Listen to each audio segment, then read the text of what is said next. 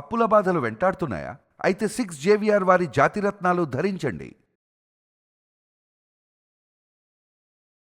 Viewers, మనకి ఏదైనా ఎప్పుడు తరచుగా కోల్డ్ చేస్తూ ఉన్నా, లేకపోతే మైగ్రేన్ వస్తూ ఉన్నా, చర్మ సమస్యలు వస్తూ ఉన్నా, మనకు సజెస్ట్ చేస్తూ ఉంటారు హోమియోపతి వాడండి శాశ్వతంగా, అంటే స్లోగా అయినా కూడా శాశ్వతంగా అది క్యూర్ అయ్యే ఛాన్స్ ఉంటుందని చెప్తూ ఉంటారు. అది బొమ్మకి ఒకవైపు.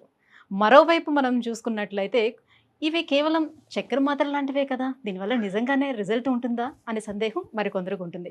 నిజానికి అసలు హోమియోపతి అంటే ఏంటి, ఇవి ఎలాంటి డిసీజ్ని క్యూర్ చేయగలుగుతుంది, అండ్ పర్మనెంట్గా క్యూర్ అనేది డెఫినెట్గా ఇందులో సాధ్యమవుతుందా?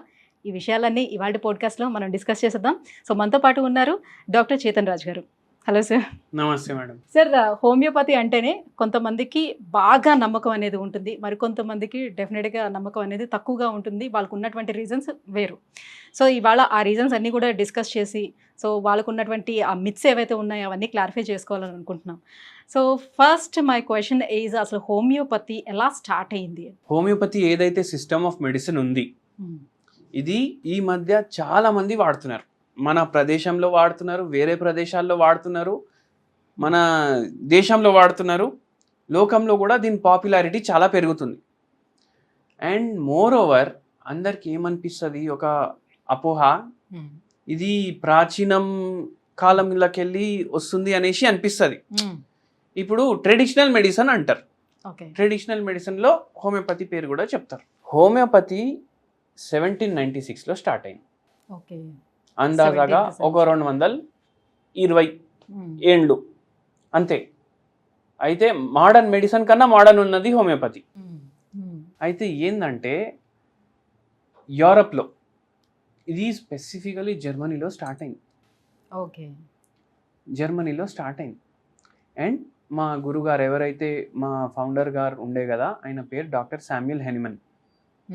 అయితే ఆ టైంకి ప్రాక్టీసెస్, మెడికల్ ప్రాక్టీసెస్ ఏవైతే ఉండే అవి చూసి, అసలు పేషెంట్ ఫస్టే బాధలో ఉంటాడు. ఎవరు ఇట్లా చెప్పరు కదా, అరే నాకు మోకాలు నొప్పులు ఉన్నాయి అని చెప్పరు కదా, అరే నాకు మోకాలు నొప్పులు ఉన్నాయి సార్ అనేసి చెప్తారు. అవునా కదా? అంటే బాధ ఆల్రెడీ ఉంది పేషెంట్కి. మనం ఇంకా ట్రీట్మెంట్లు ఇచ్చి ఇంకా బాధ పెట్టొద్దు పేషెంట్కి. ఆ ఇంజెక్షన్స్ ఇచ్చేయా, మింగలేని మెడిసిన్స్ ఇచ్చేయా, ఇంకా పెయిన్ ఇంకా ఇంక్రీజ్ చేయొద్దు. ఆ టైం మెడికల్ ప్రాక్టీసెస్ అసలు చాలా డిఫరెంట్ ఉండే. అంటే బ్లడ్ లెటింగ్ కోస్తే బ్లడ్ పోతే రోగం పోతుంది. ఒక ఎగ్జాంపుల్ మీకు చెప్తున్నా నేను. ఇట్లా మళ్ళీ లీచెస్ ఉంటాయి కదా, లీచెస్ అంటే ఒక ఇన్సెక్ట్, అది మొత్తం బ్లడ్ సకింగ్ చేస్తుంది.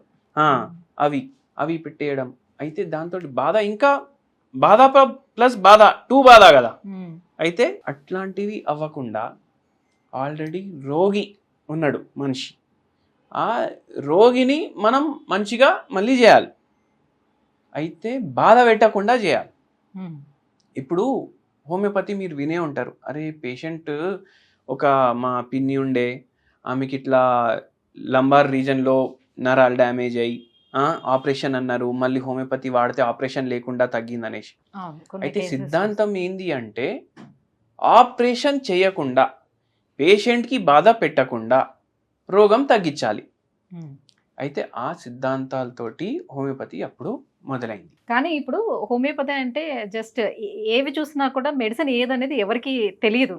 సో అన్నీ చూసినా కూడా ఒక చక్కెర బిళ్ళల్లాగా చిన్న చిన్నగా ఉంటాయి. సో అన్నీ నార్మల్గానే నోట్లో వేసుకుంటే తీయగానే అనిపిస్తూ ఉంటుంది. ఇవి అసలు నిజంగానే ఎంతవరకు పనిచేస్తాయని, అరే చక్కెర బిళ్ళల్లో ఎట్లరా పనిచేస్తాయని అడుగుతూ ఉంటారు. దీనికి ఏం చెప్తారు answer? Mobile phone camera size ఎంత ఉంటుంది? చాలా చిన్నది ఉంటుంది. ఇంతే ఉంటుంది. అవునా కాదా? కానీ వీడియోలు ఎట్లా వైరల్ అవుతాయి? అవునా కాదా? ఏందంటే కనిపించనికి చక్కెర బిళ్ళ లాగా కనిపిస్తుంది, చిన్న చిన్న గోళీలు ఉంటాయి. అది అందరికీ సేమ్ ఇయ్యము, కనిపించనికి సేమ్ ఉంటాయి. ఉప్పు కర్పూరం సేమ్ కనిపిస్తాయి. అవునా కాదా? కానీ రెండుకి పోలికలు వేరే ఉంటాయి. అట్లనే ప్రతి పేషెంట్కి కూడా మందు ఇస్తే ఇండివిజువలైజేషన్ చేసి ఇస్తాం మందు. అంటే ఇప్పుడు నాకు బీపీ వ్యాధి ఉంది, మీకు బీపీ వ్యాధి ఉంది, మన ఇద్దరు మందు సేమ్ ఉండదు. చూడడానికి సేమ్ ఉంటుంది, కానీ దాంట్లో మందు ఏదైతే కలిపేసి ఇస్తాం అది వేరే ఉంటుంది.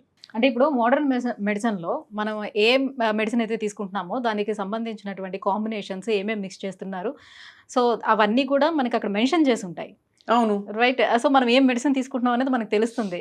వెరాజ్ హోమియోపతిలోనే ఇచ్చేటప్పుడు సో మనకు అట్లా ఏమేమి ఇందులోని మిక్స్ చేశారు అని అనేది ఏం చూపించరు కదా, ఎలా తెలుసుకుంటాం మనం? చూయించారంటే ఇప్పుడు ఒక పేషెంట్కి ఒక మందు ఇస్తున్నాం మనం, ఆ పేషెంట్కి మనం రాసి ఇస్తాం కదా, ఈ మందు ఇస్తున్నాం అనేసి రాసి అయితే ఇస్తాం కదా.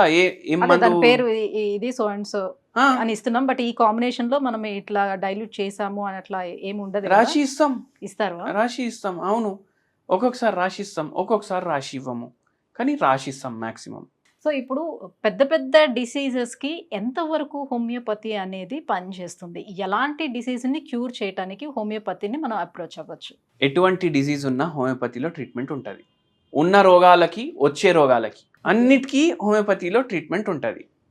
ఎందుకు ఉంటుంది అంటే ఇప్పుడు మీరు చిన్న రోగం అన్నారు, పెద్ద రోగం అన్నారు. మేమేమంటాం, రోగం ఈజ్ రోగం. అది చిన్నగున్నా పెద్దగున్నా అది రోగమే కదా. అయితే ఆ రోగం తగ్గాలి అంటే మనం రోగంకైతే ఇవ్వం మందు, మనం మనిషికే ఇవ్వాలి మందు. అండ్ మోర్ ఓవర్ ఏంది అంటే నమ్మకం అనేది ఒకటి ఉంటుంది, అండ్ పేషెంట్ కాన్ఫిడెన్స్.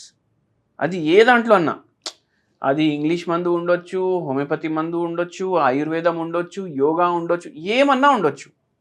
నమ్మకం అనేది చాలా ఇంపార్టెంట్. ఇప్పుడు పేషెంట్ మన దగ్గర వచ్చినాక క్రానిక్ ప్రాబ్లంలకి ఎక్కువ వస్తారు. క్రానిక్ ప్రాబ్లంలకి ఎందుకంటే చాలామందికి ఒక అపోహ ఉంటుంది, హోమియోపతి తోటి మెల్లగా తగ్గుతుంది. ఇప్పుడు షుగర్ వ్యాధి ఉన్నా, మోకాలు నొప్పులు ఉన్నా, రుమటాయిడ్ ఆర్థరైటిస్ ఉన్నా, సోరియాసిస్ ఉన్నా, ఆటో ఇమ్యూన్ డిసీజెస్ ఉన్నా లైఫ్ టైం మందులు వాడాలి అనేసి అంటారు వేరే వాళ్ళు. హోమియోపతి వాళ్ళు ఏమంటారు, ఒక 2 ఏళ్ళు వాడండి పూర్తిగా తగ్గుతుంది కదా మీకు అనేసి అంటారు. ఇప్పుడు 2 ఏళ్ళు వాడితే తగ్గిపోతుంది కదా. ఇప్పుడు లైఫ్ టైం వాడడం స్లోవా, 2 ఏళ్ళు వాడడం స్లోవా? కరెక్టే కదా. మళ్ళీ ఇంకోటి ఏంటంటే జబ్బు ఏదైతే ఉంటుంది, భయపడితే జలుబు కూడా పెద్ద జబ్బు, భయపడకపోతే ఏ జబ్బు పెద్ద జబ్బు కాదు. భయం, ఫియర్ అనేది ఎక్కువ ఇది చేస్తుంది. యువరాజ్ సింగ్ తెలుసు కదా మీకు, క్యాన్సర్ తోటి ఫైట్ చేసి బయటికి వచ్చిండు ఆయన. ఆ క్యాన్సర్ పెట్టుకొని ఆయన మ్యాన్ ఆఫ్ ద సిరీస్ అయిండు 2011 వరల్డ్ కప్లో, అవునా కాదా? అయితే జబ్బుకి మనం భయపడొద్దు ఫస్ట్. ఇది నేను ఒక మనిషిలాగా చెప్తున్నా మీకు.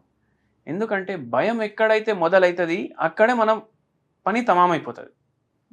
అయితే భయం అనేది మనం పెట్టుకోవద్దు.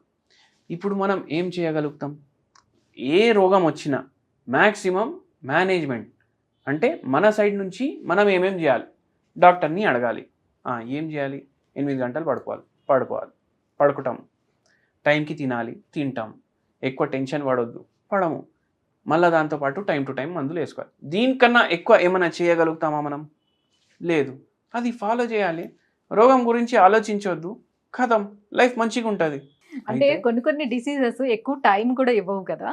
సో అలాంటప్పుడు హోమియోపతికి ఒకవేళ వెళితే మీరు ఏమైనా సజెస్ట్ చేస్తారా? సో ఇది ఇంత తొందరగా క్యూర్ అయ్యే ఛాన్స్ తక్కువ ఉంటుంది కాబట్టి, సో